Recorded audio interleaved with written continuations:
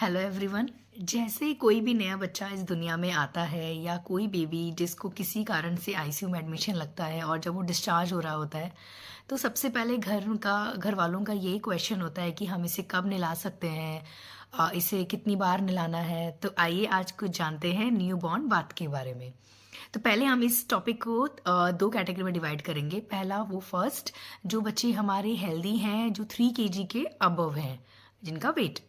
और second category जो baby हमारे 3 kg से नीचे बेबी वेट के हैं, उस कैटेगरी को हम बाद में डिस्कस करेंगे। तो पहले आते हैं बेबीज जो 3 kg के अबव है। तो देखिए उसमें हमें जो फर्स्ट जो बात होता है जिसकी घर वालों को बड़ी जल्दी लगी होती है कि हम इसे कब पहले नहला लें, तो उसको हमें डिले करना है। इसे कहते हैं डिलेइंग फर्स्ट बाथ। तो यानी कि हमें जो पहला दिन है जिस दिन बच्चा बॉर्न हुआ है उस दिन उसे नहीं नहलाना है। डब्ल्यू भी कहती है कि पहला जो फर्स्ट बात है उसे आप 24 आवर तक तो मिनिमम डिले करिए। 24 आवर तक आप उसे नहीं नहलाइए। और जो नहलाते भी है 24 आवर के बाद, वो वाटर बात नहीं होती है, वो स्पॉन्ज बात होती है। यानी कि हम केवल स्पॉन्जिंग कर रहे हैं, बच्चे को पानी से नहीं नहला रहे हैं। ठीक है। तो ऐसा क्यों है, हम डिले क्यों कर रहे हैं, उसके क्या फ़ायदे हैं? इससे बेबी और मदर की बॉन्डिंग बढ़ती है, उनका ब्रेस्ट फीडिंग की सक्सेस बढ़ती है, बच्चा हमारा इन्फेक्शन से बचता है, ओब्वियसली ठंडा होने से बच रहा है आपका, और उसकी स्किन जो है वो ड्राई भी नहीं होती है।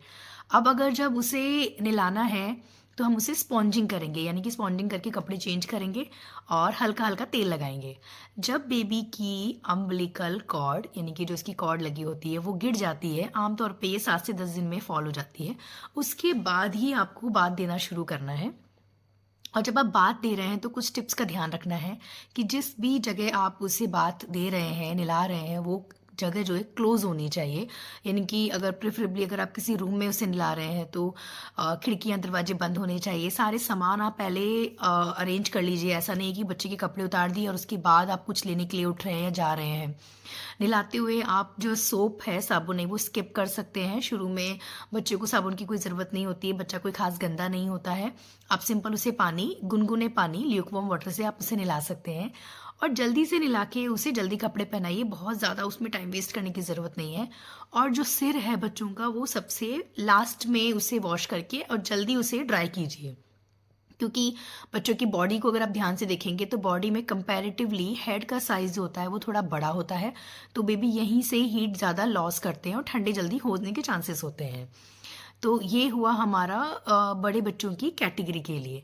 सेकंड बेबी जो होते हैं हमारे, जिस जो किसी भी रीज़न से जो मे बी टाइम से पहले हुए हैं, या IUGR बेबी हैं जो हमारे 2.5 3 किलो के से भी नीचे हैं, तो उनमें आपने वेट करना है जब तक हमारे बेबी 3 kg के नहीं हो जाते हैं। तब तक आप उसे केवल और केवल स्पॉन्ज बाथ देंगे, वाटर बाथ नहीं देंगे। क्यों? क्योंकि ऐसे बेबी जो हैं, अपनी जितनी भी कैलोरीज उनको मिल रही है दूध पीने से, वो सारी वेस्ट हो जाती है अपनी बॉडी को टेम्परेचर मेंटेन करने में। तो बेबी का वेट गेन या तो प्रॉपर नहीं होगा या होगा ही नहीं, बहुत कम कम होगा। तो बेटर रहेगा जब बेबी हमारे 3 kg के हो जाते हैं, हम उसी के बाद अगर उन्हें नहलाना शुरू।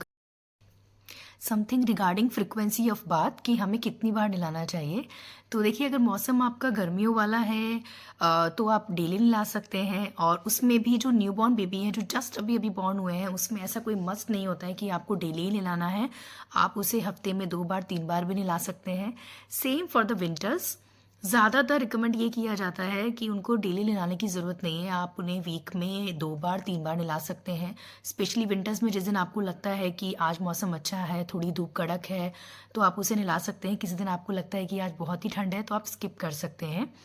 बट इफ़ यू फील कि आपका बेबी बाथिंग को इंजॉय करता है, उसके बाद अच्छा उसको एक प्रॉपर नींद होती है, तो आप उसे डेली भी नहला सकते हैं एज़ पर योर कन्वीनियंस। इसमें कोई हार्ड एंड फास्ट कोई रूल नहीं है।